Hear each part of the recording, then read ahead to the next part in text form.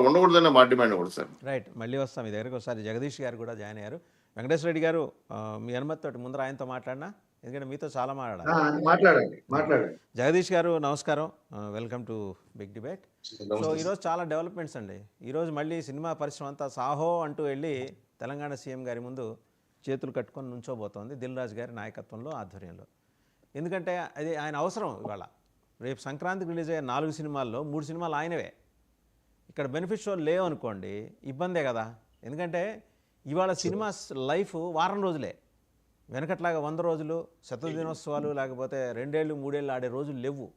ఈ వారం రోజుల్లోనే 4 డబ్బులు చేసుకోవాలి. అండ్ ఇంకో విషయం, industry has taken a call to shift to AP, almost reportedly taken a call. ఈరోజు ఈ ఇండస్ట్రీ మీద తెలంగాణలో 25,000 కోట్ల రూపాయల వ్యాపారం నడుస్తుంది. దాదాపు హైదరాబాద్ సిటీలో జూబ్లీ హిల్స్ నుంచి ఆ పైనంత వరకు, గచ్చిబౌలి వరకు వ్యాపించిన దాంట్లో మొత్తం ఇండస్ట్రీ మీద డిపెండ్ అయిన పేద మధ్యతరగతి సాంకేతిక సిబ్బంది కావచ్చు, కార్మికులు కావచ్చు, ఇంతమంది డిపెండ్ అయినారు. వీళ్ళందరూ స్పెషల్ ట్రైన్స్ వేసుకొని రేపు పొద్దున ఆంధ్రప్రదేశ్ వెళ్ళిపోయారనుకోండి, తెలంగాణ రెవెన్యూ పడిపోదా? సార్ వాసుదేవ్ గారు వినపడుతుందా? వినిపిస్తోందండి. వాసుదేవ్ గారు, ముందుగా మీకు ప్యానల్ లో పెద్దల చౌదరి గారికి, అలాగే రెడ్డి గారికి, పాదయాత్ర వెంకటేశ్వర రెడ్డి గారికి నమస్కారం అండి. అలాగే 99 ప్రేక్షకులు కూడా. సార్ నాకు ఒక విషయం అర్థం కాదు. బిఎన్ఎస్ఎస్ ఇద్దరు ఐపీఎస్ రేవంత్ రెడ్డితో సినిమా పరిశ్రమ కలిసి చర్చలు జరిపి సాటిస్ఫై అయిపోతే చట్టం మారుతుందా? ఒకటి అంటే ఏ గవర్నమెంట్ కి వాళ్ళు ఒబేగా ఉంటే వాళ్ళకి బెనిఫిట్ షో ఇస్తారు. అప్పటి వరకు ఏదో కేసు ఫైల్ చేస్తే అది మారిపోతుంది. నిన్నటి నుంచి ఇది ఒక పెద్ద దారుణమైన ట్రోలింగ్ న్యూస్ ఉంటారు సార్ ఛానల్ లో కూడా. ఇప్పుడు మీరు న్యాయవాది కాబట్టి మీరే చెప్పాలి. ఇది మీరు న్యాయవాది కాబట్టి మీరే చెప్పాలి చట్టం గురించి. రేవంత్ రెడ్డితో కలిసేస్తే బిఎన్ఎస్ఎస్ చట్టం మారిపోతుందా?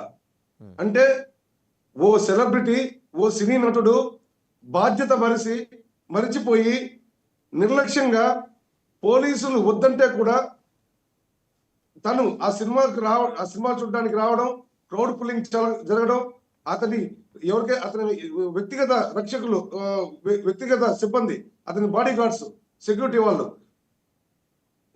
బాల్కనీలో క్రౌడ్ పుల్లింగ్ కి ప్రధాన కారణం ఆవిడ చనిపోయినప్పుడు తొక్కిస్లాట్ లో వన్ ఆఫ్ ద బౌన్సర్ ఆవిడ తొక్కాడని కూడా 10,000 వీడియోస్ లో కొన్ని వీడియోస్ సెలెక్ట్ చేసి పోలీసులు ఒక ప్రెస్ మీట్ కూడా పెట్టారు. ఇలాంటి తరుణంలో టెక్నికల్ గా ఆధారాలు ఉన్నాయి, ఫిజికల్ గా ఆధారాలు ఉన్నాయి, పోలీసులు కూడా విట్నెస్ గా ఉంటారు.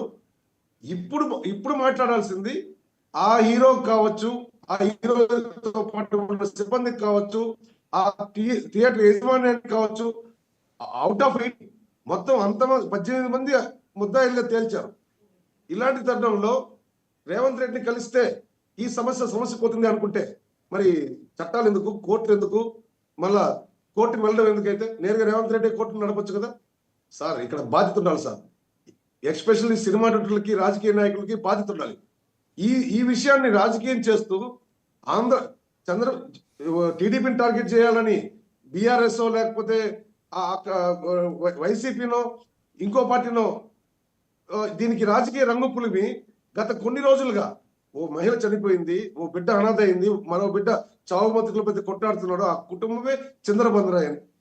ఇలాంటప్పుడు ఆ కుటుంబానికి కూడా బాధ్యత ఉంది. 4,000 రూపాయలు పెట్టి 12,000 రూపాయలు, ఒక టికెట్ 3,000 రూపాయలు పెట్టి ఆ పిల్లల్ని తీసుకుని మొదటి రోజే పోవాల్సిన అవసరం ఎందుకు వచ్చింది?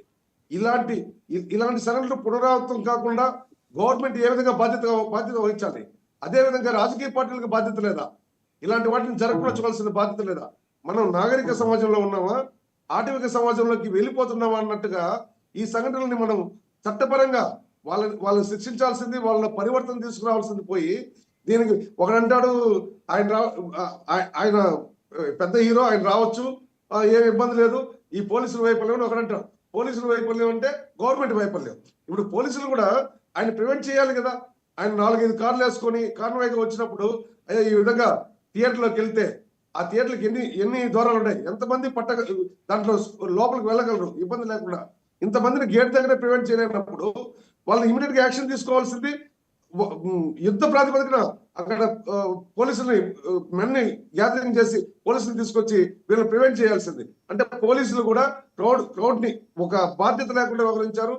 ఆ హీరోకి బాధ్యత లేదు, థియేటర్ యజమాన్యానికి బాధ్యత లేదు. ఆ సినిమాకి కుటుంబం మొత్తాన్ని మొదటి రోజే తీసుకొచ్చిన ఈ బతుకున్నటువంటి రేవతి భర్తకి బాధ్యత లేదు. ఇంతటి నిర్లక్ష్యం భవిష్యత్తులో సినిమాకి వెళ్ళాలంటే యుద్ధం చేయాలా, లేకపోతే వెపన్ క్యారీ చేయాలంటే సినిమాకి వెళ్ళాలంటే అంటే లా అండ్ ఆర్డర్ పూర్తిగా విఫలమైంది. దీనికి ఒకసారి దిల్ రాజు గారు ఏం బాధ్యత మాట్లాడారు చూద్దాం. జగదీష్ గారు, దిల్ రాజు గారు ఏం మాట్లాడారు ఒకసారి చూద్దాం. దిల్ రాజు గారు మాట్లాడింది నేను చూడలేదు, కానీ ఒకసారి చూద్దాం. దిల్ రాజు గారు ఏమంటారు ఇప్పుడు చూద్దాం, ఒక్క నిమిషం. చెప్పండి, చూపించండి. అందరికి నమస్కారం. నేను నిన్న విజిట్ చేసినప్పుడు ఈరోజు కూడా బాబు చాలా రికవరీ ఫాస్ట్గా ఉంది. Ventilator and oxygen